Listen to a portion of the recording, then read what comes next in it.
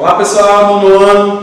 Gente, estamos chegando já próximo às nossas provas do terceiro bimestre, né? A próxima semana são as provas. E hoje, essa aula de revisão, a gente vai aqui abordar alguns assuntos que eu percebi que nas atividades não foram tão compreendidos, tá ok? Então vou passar aqui agora em slide umas questões comentadas, certo? Para tirar as dúvidas.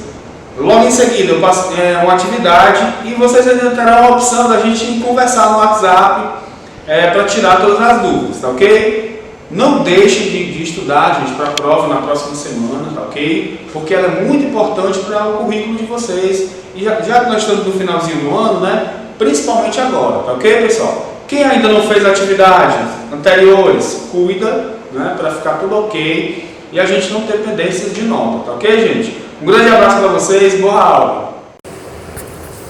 Então, pessoal, estamos aqui, pra gente fazer essa revisão, tá ok? Eu espero que ao final dessa revisão a gente tenha aqui condições de fazer uma boa prova, tá certo? Prestem bem atenção, fiquem bem atentos, porque aqui vão estar as dicas, né, de como vocês fazerem uma boa prova, tá certo? Qualquer dúvida, fica à disposição no WhatsApp. Então vamos lá, Nós vamos fazer aqui uma recordação, né? Vamos lembrar de o que a gente estudou durante esse terceiro bimestre para a gente dar uma aprendida, tá? Ciências da Natureza, professor Gilmário, nono ano, não é isso? Pessoal, então primeiramente a gente tem que entender aqui alguns conceitos, relembrar alguns conceitos sobre genética. O primeiro conceito é genótipo. Esse conceito, gente, ele está ligado a todas as nossas características, né? Não só do ser humano, mas todas as características que os seres vivos herdam, né, dos seus pais, né, seus genitores, dos seus antecessores, não é isso? Então, o genótipo são as informações do código genético. São as características que não se modificam na gente, né? Por exemplo, você nasce com a cor do olho preto, o seu olho ele nunca vai mudar a cor, porque faz parte do seu genótipo. Não é isso? Se um determinado animal tem o pelo vermelho, o pelo daquele animal nunca vai mudar, porque ele faz parte do genótipo dele, faz parte da característica genética, né? Das informações do código genético dele. Já o fenótipo, pessoal, são características que aparecem, são características que sofrem ações do meio ambiente, são características que se modificam. Por exemplo, você tem uma cor da pele, sua cor da pele, você pegou uma pele bronzeada. Sua pele bronzeada do sol não é uma coisa que você nasceu com isso, e sim é um fenótipo, é uma característica que apareceu sobre a ação do sol, né, sobre a ação de um fator do meio ambiente. Certo? Então a grande diferença aqui entre genótipo e fenótipo é que no fenótipo, né, esse segundo aqui, a gente tem a influência do meio ambiente. São características que surgem com essa ação do meio ambiente. Já o genótipo não, ele é algo que a gente nasce com essa informação. Tá ok? Sobre a reprodução, a gente tem que entender também esses dois termos. Primeiro, reprodução sexuada significa dizer que para existir a reprodução sexuada tem que haver a presença de gametas masculino e feminino, certo? E sexuada não tem nada a ver com sexo, né? Não está relacionado a sexo, e sim a presença de gametas para a reprodução, tá certo? Gameta masculino e feminino. Aqui, quando eu tenho reprodução sexuada, são dois, a gente tem que ter dois indivíduos, né? Masculino e feminino. Já na reprodução assexuada, nós temos características de apenas um indivíduo, certo? Ou masculino ou feminino, né? Não tem necessariamente presença de gametas, certo? Aqui a gente lembra nessa reprodução que a gente falou um pouco sobre clonagem, né? Aí a pergunta foi: a clonagem, ela só é feita em laboratório? Não, né? Nem para a gente ter uma clonagem, não precisa aquele aparato todo de um laboratório, porque eu posso fazer através de uma reprodução assexuada. Como, professor, que eu posso fazer isso?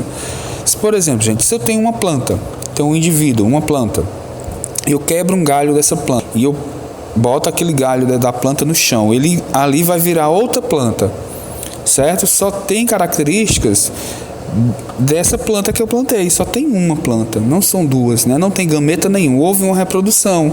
Eu vou ter uma planta nova reproduzida assexuadamente, será um clone.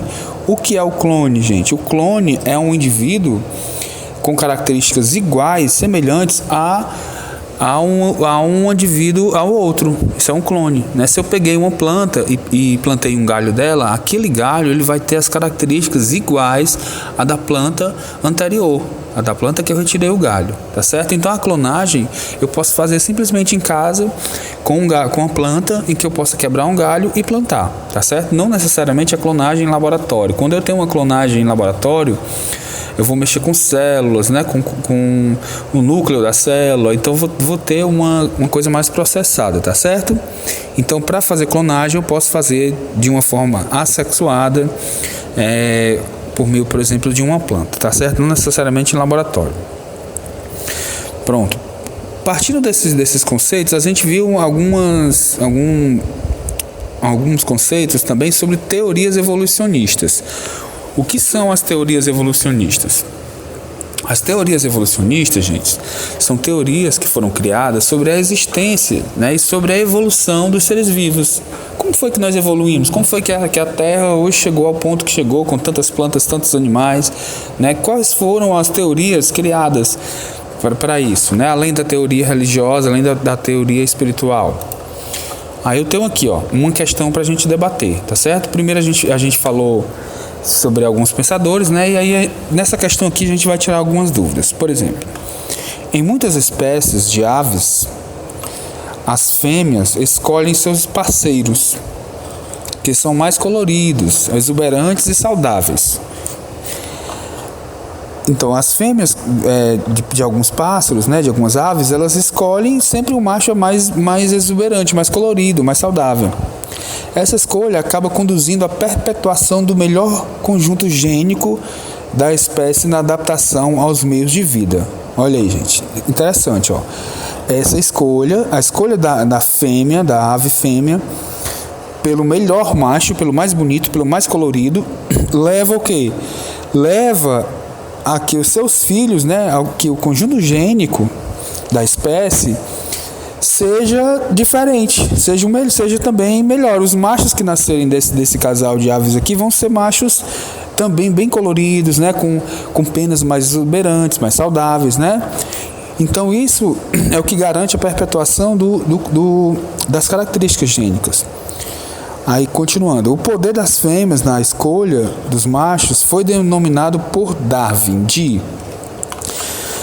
A pergunta aqui, ele quer saber o seguinte, que esse poder das fêmeas de aves em escolher os machos, né? O que significa isso? Que teoria da evolução explica isso, né? A teoria de Darwin. A gente sabe que Darwin falava sobre a seleção natural, né? Que as espécies elas vão se perpetuando por meio de uma seleção, onde os mais adaptados, né, os melhores, os mais adaptados à situação vão permanecendo, vão continuando, vão perpetuando a espécie. Então, de acordo com Darwin, essa seleção aqui que a ave faz dos machos mais bonitos, mais coloridos, como é que a gente chama isso aí? A letra A diz que é a lei do vigor do híbrido, uma vez que os coloridos são híbridos. A gente nem falou em híbrido, né? Em hibridismo, não falamos isso aí nas nossas aulas. Letra B, lei do uso e do desuso, uma vez que as fêmeas escolhem uma cor. Quando tem escolha, gente, não tá na questão do uso e do desuso, né? O uso e desuso é outra coisa, daqui a pouco a gente vai explicar para vocês. Quando eu falo de seleção, eu não falo de uso e desuso, é uma coisa contraditória à outra. A letra C, lei da seleção de uma característica adquirida. Será que é essa aqui, Lei da seleção, ou seja, as fêmeas selecionaram uma característica adquirida. Que característica é essa? A característica dos machos serem coloridos, exuberantes e saudáveis. Então aqui a resposta certa é a letra C. E na letra D tinha seleção artificial. Seleção artificial não tem nada a ver, tá? Quando a gente fala de Darwin, desse pensador aqui, a gente fala de seleção natural, né? Lei da seleção de uma característica adquirida, tá certo, gente? A outra questão, aqui fala assim do uso e do desuso. Analisa o texto. Todo animal que não tem ainda se desenvolvido completamente, né? O uso frequente e repetido de um órgão qualquer fortalece, pouco a pouco, esse órgão. Aí eu falei para vocês, se você vai para a academia e não tem o braço malhado, quanto mais você usa, né, desenvolve, né, faz repetidamente o mesmo movimento, esse músculo vai se fortalecer, pouco a pouco, né? Aumenta-o, torna-o mais forte, com uma força proporcional ao tempo de uso. Enquanto o desuso, né, que é se você ficar muito parado, do tal órgão, enfraquece-o aos poucos, deteriora-o, diminui progressivamente suas faculdades e acaba por fazê-lo desaparecer. Filosofia Zoológica, 1809. O texto acima deve ser atribuído a Darwin para explicar a seleção natural? Não, né, gente? Quando eu falo de uso, de desuso, eu não estou falando de Darwin, eu estou falando de Lamarck. Lamarck, para explicar o evolucionismo, Mendel para explicar a genética, Darwin para explicar o evolucionismo? Não, gente, Lamarck, tá? Quando eu falar uso e desuso, quando vocês ouvirem falar em uso e desuso, a gente vai estar se referindo a Lamarck, né? Porque Lamarck foi o que criou aquela teoria lá que eu expliquei para vocês das girafas, que o pescoço da girafa foi ficando maior porque elas tinham que se esforçar, tinham que fazer esse uso constante do pescoço para se alimentar em árvores mais altas. Então, como ela tinha que esticar muito o pescoço dela foi cada vez mais crescendo até chegar ao que chegou. Essa é a teoria de Lamarck, que a gente sabe que hoje isso não é verdade. Na verdade, hoje a gente acredita mais na teoria de Darwin, em que os mais adaptados, né, os seres mais adaptados vão sobrevivendo ao longo do tempo. Existe uma seleção natural, segundo Darwin, e é isso que a ciência acredita, é isso que a gente acredita, né? Então vamos lá. A outra questão foi sobre a tabela periódica, pessoal, que a gente falou muito aí, né, nas nossas aulas, tá? Mas o que vocês têm que entender agora, basicamente, é isso, é que cada cor, né, que cada elemento da tabela, né, cada elemento da tabela está selecionado aqui por cores, ó. Eu tenho aqui toda essa cor rosa aqui, ó, meio clarinha, são metais, né, metais de transição, tá? Também são metais esses amarelos, ó, essa coluna aqui amarela, e também são metais essa primeira aqui, ó, tá certo? Então, dessa primeira parte aqui todinha até aqui, ó, o zinco, né? A gente tem tudo isso aqui são metais, né? O que vai mudar é só que um é alcalino, outro é alcalino terroso, outro é de transição, tá? Então, dessa parte aqui da tabela para a esquerda, todas são de metais, né?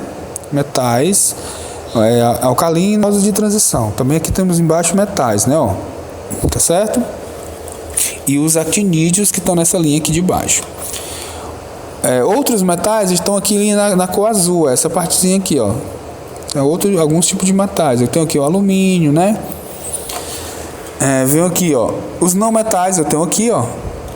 Nitrogênio, oxigênio, flúor, né? Cloro. Tá aqui todos os não metais. E essa tabela aqui do lado, essa linha aqui do lado, essa coluna aqui do lado, que a gente tem, ó, os gases nobres, não é isso? Os gases nobres, tá certo, gente? Então, para vocês entenderem a tabela periódica, onde estão todos os elementos da natureza, elementos químicos, você precisa iniciar por isso, sabendo que ela está dividida de acordo com a sua característica física, né? Metais, não metais, outros metais e os gases nobres, tá certo? E por fim, deixo essa mensagem para vocês. Ó. Essa mensagem foi do filme, né, Star Wars, em que os guerrilheiros, antes de partirem para a guerra, como um ia para cada lado, né, um ia estar em cada canto diferente, eles diziam essa frase aqui, ó, que la fuerza te acompanhe, né? Ou seja, que a força esteja com você, sempre seja forte, né? Embora a gente estejamos hoje assim distantes, cada um no seu lugar, enfrentando cada um as suas guerras, né? Mas que a força te acompanhe, tá certo, pessoal? É isso aí. Um bom estudo para vocês, gente. Boa prova, tá certo?